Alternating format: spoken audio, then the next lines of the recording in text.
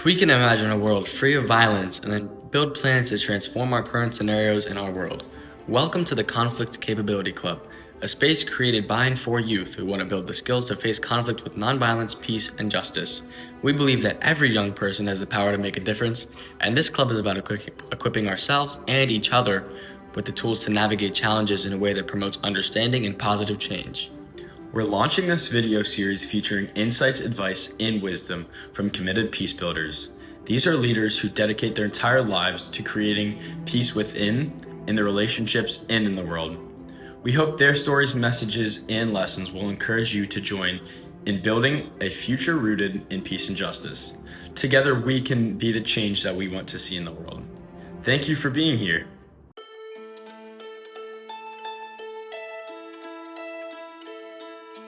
Hello, my name is Toby Sabiri, I'm Zaki Sabiri. and today we are with Mr. Randy Liaz, and we're going to be talking about depolarizing, especially in the hard times we are in with post-elections and, all of the different political viewpoints that there are currently. So, first question we have is, how do you define polarization, and what does it look like in today's society? Yeah, that's a really important question because polarization can mean different things. So in terms of policy polarization, that would be when you just have two very distinct policies, which is actually important for a democracy. That's actually a good thing. But the polarization that Braver Angels addresses is called affective polarization. And affect is really about emotion. So affective polarization is when you mistrust someone, you have contempt for them, you believe that they intend evil, and they're a threat to the group that you care about or that you're a member of. So this is the kind of polarization that stops people from working together or even talking to one another. And that kind of polarization is really damaging to a democracy because we can no longer deliberate on policies that we want. What are the biggest factors driving division between people in the U.S. right now, especially post-elections? Yeah, there are several factors that have been coalescing over the course of time. And one of the biggest ones, I think, is technology. The situation we're in with regard to technology and how it's isolating people has really been building over the past few decades. There's a sociologist named Robert Putnam who has studied over many years the way that Americans have stopped joining clubs and associations and stopped coming together in large groups to get things done, together. And this is really damaging to not only our society, but also our relationships. We are isolated from members of our family, from our friends, from people we work with, and especially after we moved online with the pandemic, things got worse. And so I think that that's a major cause of the alienation that we feel in society, and that exacerbates the polarization. But that started also with the fragmentation of our media environment. So as we got cable news and those channels started to really focus on one particular interest group, then some channels were for liberals and some channels were for conservatives, and you started to express your identity based on the channel that you watched, the group that you identified with. We also have been filtering ourselves, and they're no longer liberal Republicans and conservative Democrats. We have been filtering into two groups, basically. And we've been doing this in a group sense, but also in a geographical sense. So we've been filtering, so there are a lot more liberals in urban areas. There are a lot more conservatives in rural areas. And it's coming to the point where we no longer encounter one another in our daily lives on a regular basis. And so we don't know what folks on the other side of the divide really believe because we don't actually talk to them, and we don't go to events with them. We don't take part in clubs and organize things with them.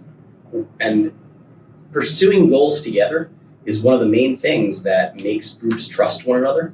And there's been a very precipitous decline in trust, interpersonal trust, and also our trust in institutions over the past few decades as well. So all of these things are coming together to really make polarization a worse problem than it's been since essentially the Civil War.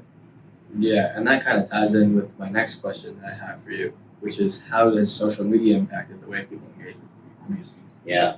So social media is really interesting because it does have some impacts that you might not realize. That actually there are some impacts that people assume there would be, but aren't as bad as we figure they might be. So siloing, for example, people assume that we're all in our intellectual silos and we are only being fed information that we agree with. That is true to some extent, but it's not as true in terms of who we encounter. We are still encountering people we disagree with, but we're encountering them on platforms that have really strong incentives to create toxic interchanges, right? Some people believe that anonymity online is a bad thing and it exacerbates polarization. But there's been some evidence unearthed that it's actually the fact that we're not anonymous, that we are representing our tribe publicly. And so we feel like we can't go against the orthodoxy of that tribe. And we get particularly strident when we're in interchanges online. So that's, it is really about the incentives that these platforms really show us. And of course, they monetize our emotions, right? And the strongest emotions are fear and hate. And so those are the ones that are most easily monetizable. And so therefore, these platforms kind of funnel us into those emotions more easily. With that being said, about especially like the media shapes kind of the way that different people's political viewpoints are expressed, what are some strategies for having constructive conversations with people with like strong disagreements, especially for those who feel a sense of hatred or like a sense of aggression towards other people? Yeah, I think the first strategy is to really be clear about what your goals are for that conversation. We at Braver Angels really encourage people to have the goal of understanding one another rather than changing one another's minds. If you go in there with the goal of convincing someone that they're wrong, odds are you're not going to be very successful, right? If we think about when was the last time we changed our own minds, especially by someone arguing us into that, it's pretty rare, right? And often we dig in even deeper when people challenge us, especially disrespectfully, because we feel that, well, obviously they can't be right because they're being so awful to us, right? So if we really rather have the goal of focusing on how we can understand that person better, then the conversation is going to go much better. And we can start out, if we're ready to engage in that conversation, if we look inward and we say, okay, I'm going into this for the right reasons, and I'm in a good state of mind to do it, then the approach should really be setting the table with putting the ball in that other person's court and saying, hey, I would love to understand you a little bit better. How does that sound? Do you want to engage in this conversation? And giving them agency in it, right? Making sure that they want to engage in the conversation for similar reasons, right? And so asking them, telling them that you're curious about what they believe about a certain issue. I can't think of the last time that I saw a situation where someone asked another person if they wanted to share what they believed, and that person was like, no thanks. I don't want to talk about my beliefs, right? It is, there's a lot of people who want to get something off their chest, but we can enable them to do it in a more productive way. Yeah. So if you set it up like that, then you are in a good position to use some of the other skills that we teach to make that conversation go particularly well and make it a learning experience for both of you. Okay, cool. So can you share a success story where two polarized groups found common ground through the Braver Angels? And also, I understand that maybe there isn't a common ground. Sometimes people might leave a conversation understanding that they just view things differently, and that's totally okay. Yeah, absolutely. So one of the main principles of Braver Angels is not only do we want to find common ground and understand where we share that, but also we want to disagree accurately. We don't want our disagreements to be driven by a media environment that obviously has incentives to divide us, right? So let's focus on, all right, where are the substantive points? Where is the policy polarization that I talked about earlier, where we want different things, and where is some of that just inflated and a mountain is made out of a molehill? It's really about common ground and then disagreeing accurately. And in that context, we have great events that really do help us to find those points of common ground. In fact, we have a workshop called Common Ground, and it focuses on a single issue. Just recently, I helped to run one of those on the issue of immigration, and there was a lot of common ground that came out. There was probably over 20 points of agreement on values, concerns, and policy ideas that a group of reds and a group of blues came together and created, and they unanimously agreed on all of these points. So it was really powerful, and it has also created an impetus for follow-up. So we got together a few weeks later, and we started planning. All right, what are we going to do with this? How are we going to bring in leaders, influencers, stakeholders in these issues and help them to actually take action? Yeah. And I would say also, at the end of every Red Blue workshop that I've ever been a part of, so Red Blue is our flagship workshop. It was the first one created by Braver Angels, and it also brings an equal number of Reds and Blues together, but has a more general discussion about policies. And at the end of every single one of those, someone has said, wow, we are so much closer than I realized. So there is a lot of common ground. You just do have to work and exercise your curiosity muscles to find common ground. Okay, so talking about that, especially with how the media shapes things and creates aggression towards other people with different views, what are some tools to overcome the emotional reactions that are often caused when people have conversations about different views on where they stand, especially discussing decisive topics? Yeah, so I think one of the most undervalued tools is just the pause. Pausing allows you to process what you've just heard, lets you lower the temperature a little bit, makes you a little bit less reactive. And so if you hear something that boils your blood, you could ask your conversation partner for a pause.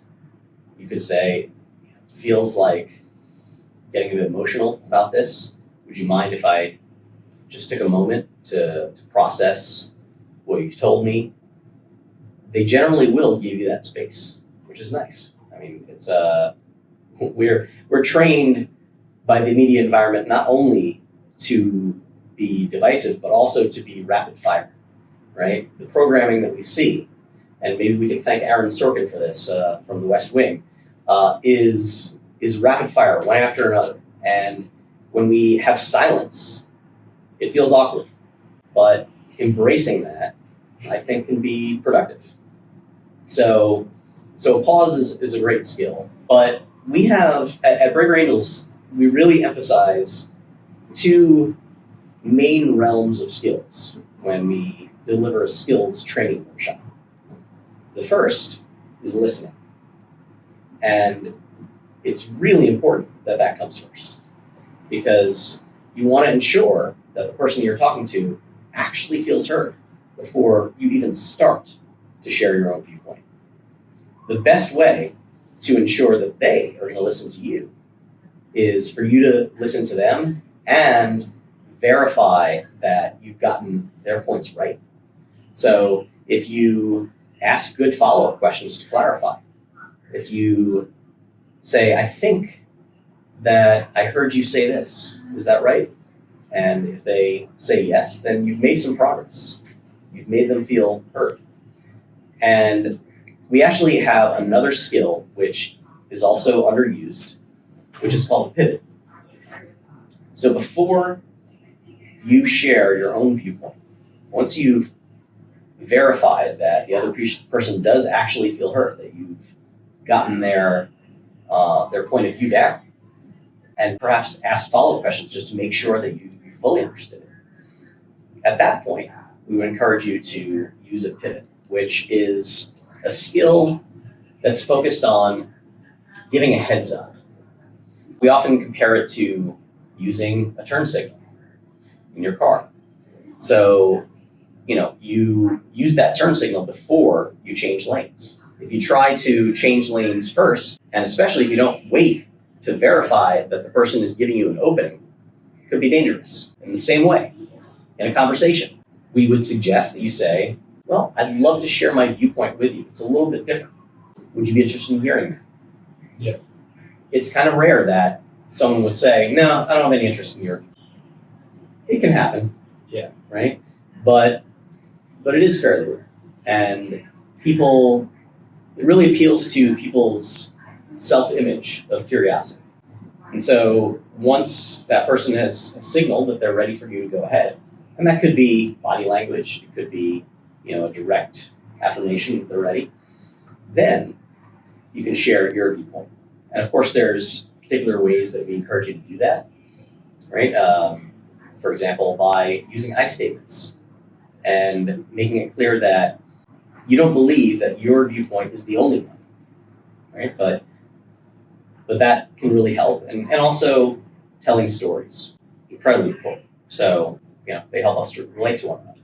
So those are some of the broad outlines in terms of good ways to connect with someone, especially on divisive topics. A couple more questions for you here, Elias. What long-term changes do you think are needed in society to reduce polarization in future generations? Yeah, that's a great question. I think that we're in a really challenging time right now. We are dealing with changes in technology that are becoming exponential, right? With AI and that technology influencing how we relate to one another. It's getting harder to escape that. And there was this a quote from a technologist. Well, he was quoting another scientist, but it was Jaron Lanier who said in The Social Dilemma, a documentary about the technology that is really impacting us right now. He said, "We have Paleolithic brains, medieval institutions, and godlike technology."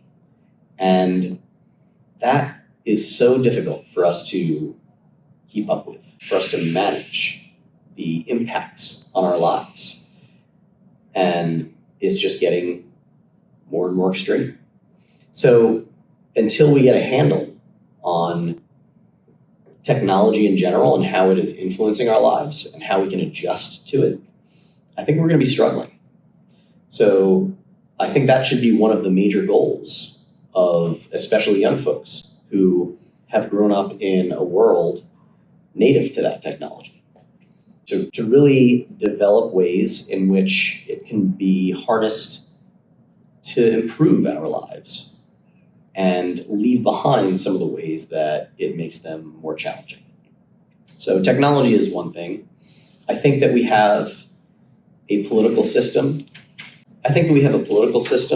That has incentives for division. I think there are some really interesting structural changes that people have proposed.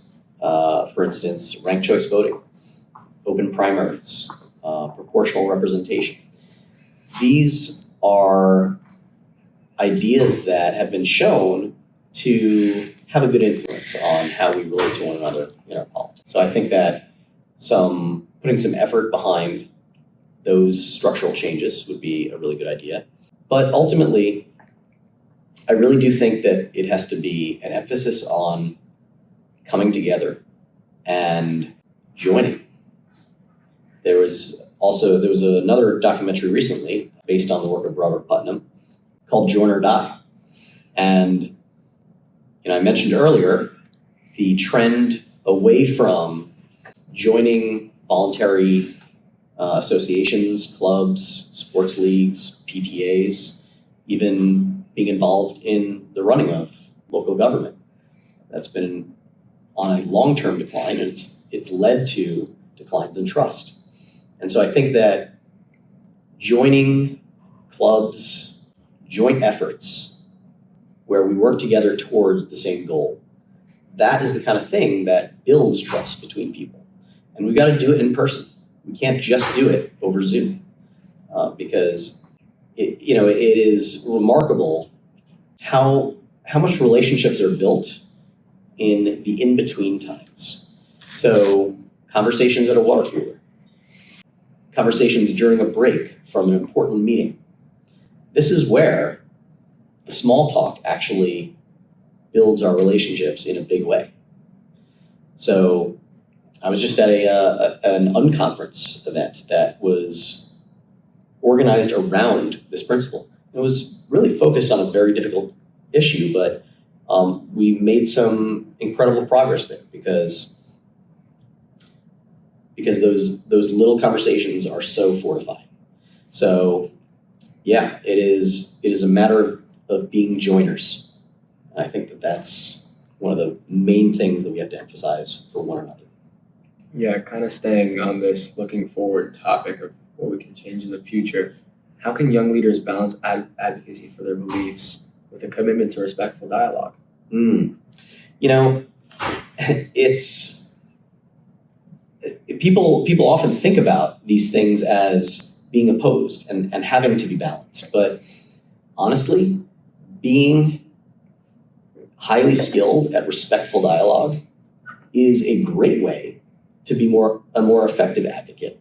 I really think that you can be a more effective advocate for what you believe because it not only allows you to speak to a wider audience, but it lets you hear how people are reacting